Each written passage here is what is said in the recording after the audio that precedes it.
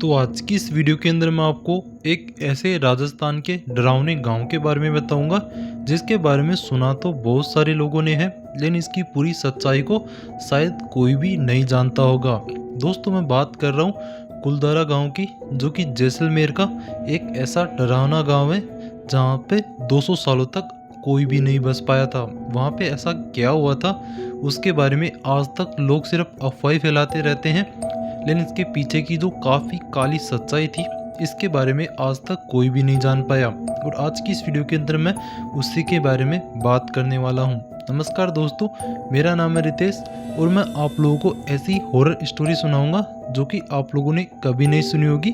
तो उसके लिए आप लोग चैनल को सब्सक्राइब कर सकते हैं।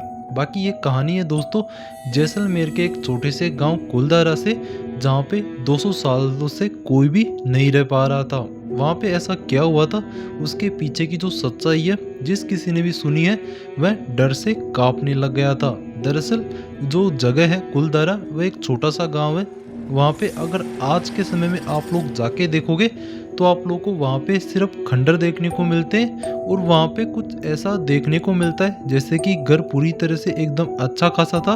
वहाँ पे कोई भी ऐसे निशान नहीं देखने को मिलते जैसे कि कोई वहाँ पे युद्ध हुआ हो या फिर किसी से लड़ाई झगड़ा हुआ हो। किसी को कुछ भी नहीं पता कि वहाँ के लोग आखिरकार गायब कहाँ हो गए। ऐसा बताया जाता है कि आज से करीब 200 साल पहले यहाँ पे काफ़ी सारे लोग रहा करते थे, लेकिन उनको अचानक से रातों रात गायब कर दिया गया या फिर क्या हुआ था उनके साथ उसके बारे में कोई भी नहीं जानता। इसके पीछे एक काफ़ी डरावनी कहानी ज़रूर वहाँ के लोग सुनाते हैं जो कि मैं अभी आप लोगों को बताने वाला हूँ। ये कहानी है कुलधारा की जो कि आज से करीब 200 साल पहले की है। वहाँ पे ऐसा बताया जाता है कि वहाँ पे जो जमींदारी चीज़ होती थी वो चलती थी। मतलब कि एक जमींदार होता था जो कि लोगों से टैक्स वसूल किया करता था और उसका एक मुनीम भी होता था, या फिर आप लोग कह सकते हैं उसी का एक सेनापति होता था जो कि कुलधारा गांव के अंदर जाके लोगों से जो टैक्स होता था, या फिर आप लोग कह सकते हैं कि टैक्स के रूप में जो वो अनाज उगाते थे या फिर कोई भी चीज़ उनको देनी होती थी या फिर उनको लेनी होती थी, उस चीज़ को वो लोग टैक्स बोलते थे और उसी को उनको देना होता था, जो कि डायरेक्ट जो जमींदार होता है उसको देना होता है। ये पूरी कहानी होती रहती है और मैं जो बात कर रहा हूँ अभी वो 200 साल पहले की जो कुलधारा गांव था उसकी कर रहा हूँ कि वहाँ पे ऐसा क्या हुआ था। तो ये चलता रहता है सिलसिला। वहाँ पे जो जमींदारी सत्ता होती है वह वहाँ पे राज करती रहती है और ऐसे ही कुलधारा के पास काफ़ी सारे आसपास में गांव भी होते हैं, वो सभी इसी चीज़ से सरवाइव करते रहते हैं। कुलधारा जो गांव होता है वहाँ पे एक काफ़ी बड़ा आदमी होता है, आप लोग कह सकते हैं कि वहाँ का सरपंच ही होता है और उसकी एक काफ़ी खूबसूरत बेटी भी होती है। और जो राजा होता है, आप लोग राजा को एक कह सकते हैं कि जमींदार होता है, उसका एक मुनीम होता है जो कि उनसे कर वसूल करने के लिए आता था। लेकिन वह अचानक से वो जो सरपंच होता है कुलधारा का उसकी बेटी को देख लेता है जो कि बहुत खूबसूरत होती है दिखने में, और वह सोचता है कि क्यों न वह उसको पसंद कर ले या फिर उसको उस गांव से उठा के लेके चला जाए।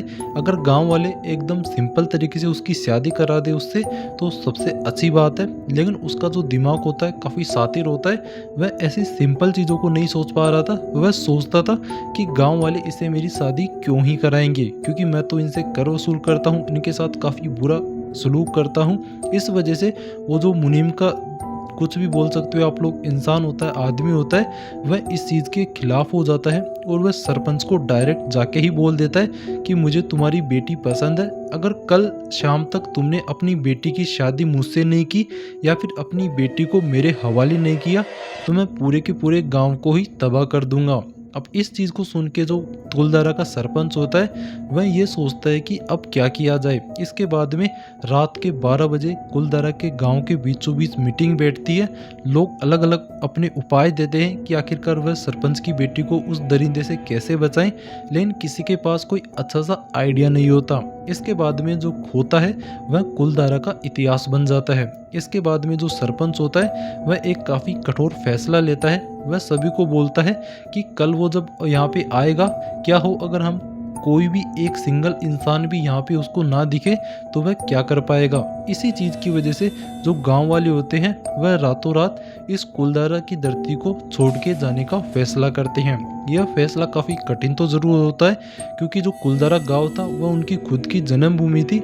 उसको छोड़ पाना उन सभी लोगों के लिए आसान नहीं था, लेकिन उनकी जो अंदर की दुआ थी या फिर कह सकते हैं अंदर का प्यार था उस सरपंच की लड़की के लिए, वह उनसे वो चीज़ करा के ही रहता है। इसके बाद में वह रातों रात गाँव को खाली करने का फैसला करते हैं। सरपंच सभी को करीब 3-4 घंटे का समय देता है कि रातों रात 3-4 घंटे में जो भी तुम्हारे पास उपयोगी सामान है उसको तो तुम समेट लो, और रातों रात इस गांव को हमें खाली करना होगा, क्योंकि मुझे मेरी बेटी को बचाना है और इसी चीज़ के लिए तुमको भी मेरा साथ देना होगा। इसके बाद में क्या होता है कि वह कुलदारा पूरा का पूरा जो गांव होता है वह रातों रात खाली हो जाता है। और ऐसा बताया जाता है कि यह महज एक कहानी ज़रूर होती है, लेकिन इसका आज तक कुछ भी नहीं पता चला कि वो जो पूरा कुलदारा गांव होता है वह खाली तो ज़रूर हो जाता है, लेकिन वहाँ के जो लोग होते हैं वह आखिरकार चले कहाँ गए, इसके बारे में आज तक कोई भी बात तक नहीं करता।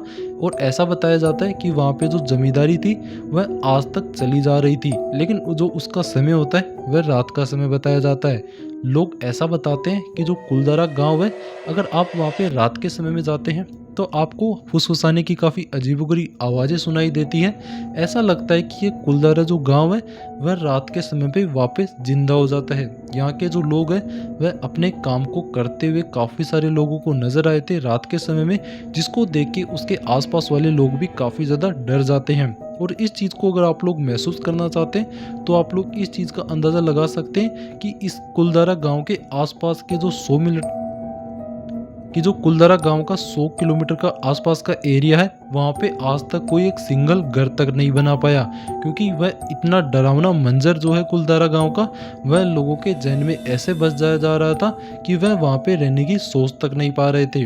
तो ये थी कुलदारा गांव की एक ऐसी कहानी जो कि वहाँ के लोग बताते हैं, और काफ़ी बार यहाँ पे लोग जाके आते भी हैं, इसका एक्सपेरिमेंट भी करते हैं कि आखिरकार यहाँ पे क्या है। काफ़ी सारे लोगों ने रात में जाने का यहाँ काफ़ी बार प्रयास किया था, लेकिन उनको वहाँ पे कुछ भी नहीं मिला, बल्कि इसके अलावा उनको काफ़ी अजीबोगरीब काफ़ी डरावनी आवाज़ें ज़रूर सुनाई दे रही थी, जो कि कुलदारा को बारे में चीख चीख के कह रही थी कि इस गांव में कुछ ना कुछ ऐसा बुरा ज़रूर हुआ था उन लोगों के साथ, जिनकी वजह से वह रातों रात गांव तो ज़रूर छोड़ के चले गए, लेकिन उन्होंने कुछ इस गांव के ऊपर ऐसा ज़रूर किया था जो कि आज भी इस गांव को परेशान कर रहा है। इस गांव को दोबारा से बसने नहीं दे रहा, इसकी कोई ना कोई वजह तो ज़रूर है। और इसके बाद में वहाँ पे एक और दूसरी अफवाह ये उड़ी रहती है कि जो गांव वाले थे कुलदारा के, उन्होंने पूरे गांव को ही श्राप दे दिया था कि यहाँ पे कोई भी बस्ती आज के बाद में नहीं बसेगी, और वह वहाँ से चले जाते हैं, ऐसा वहाँ के बुजुर्गों का कहना है। लेकिन इसके पीछे की क्या सच्चाई है उसका तो नहीं पता, क्योंकि इसके पीछे कोई सबूत तो नहीं है, महज एक ये मनमानी कहानियाँ बनाई हुई है। लेकिन ऐसा बताया जाता है दोस्तों कि जो कुलदारा गांव है वहाँ के जो खंडर घर है वहाँ पे काफ़ी सारी चीज़ें ऐसी मिली है, जैसे कि कोई खाना बनाता बनाता ही छोड़ के चला गया, कोई पानी का घड़ा रख के ही चला गया। ऐसी चीज़ें आपको वहाँ पे जाओगे तो देखने को मिलती हैं, और 200 साल बाद जब आप लोग इन चीज़ों को देखते हैं तो काफ़ी ज़्यादा डिस्ट्रॉय तो हो ही जाती हैं। तो इसका अंदाज़ा तो आप लोग लगा ही नहीं सकते कि आखिरकार उनके साथ कैसा क्या हुआ होगा कि उनको इस गांव को रातों रात छोड़ के तो जाना पड़ा, लेकिन ऐसी स्थिति में जिसके बारे में कोई सोच भी नहीं सकता। ये थी दोस्तों कुलदारा गांव की एक ऐसी ऐतिहासिक स्टोरी जिसके बारे में आज तक लोग बातें तो बहुत करते हैं, काफ़ी सारी अफवाह भी उड़ी हुई है, लेकिन इसके पीछे की जो सच्चाई है उसके बारे में आज तक कोई भी नहीं जान पाया। बाकी आप लोग कमेंट करके ज़रूर बताना अगर आप लोग कुलदारा गांव घूमने के बारे में सोच रहे हो तो।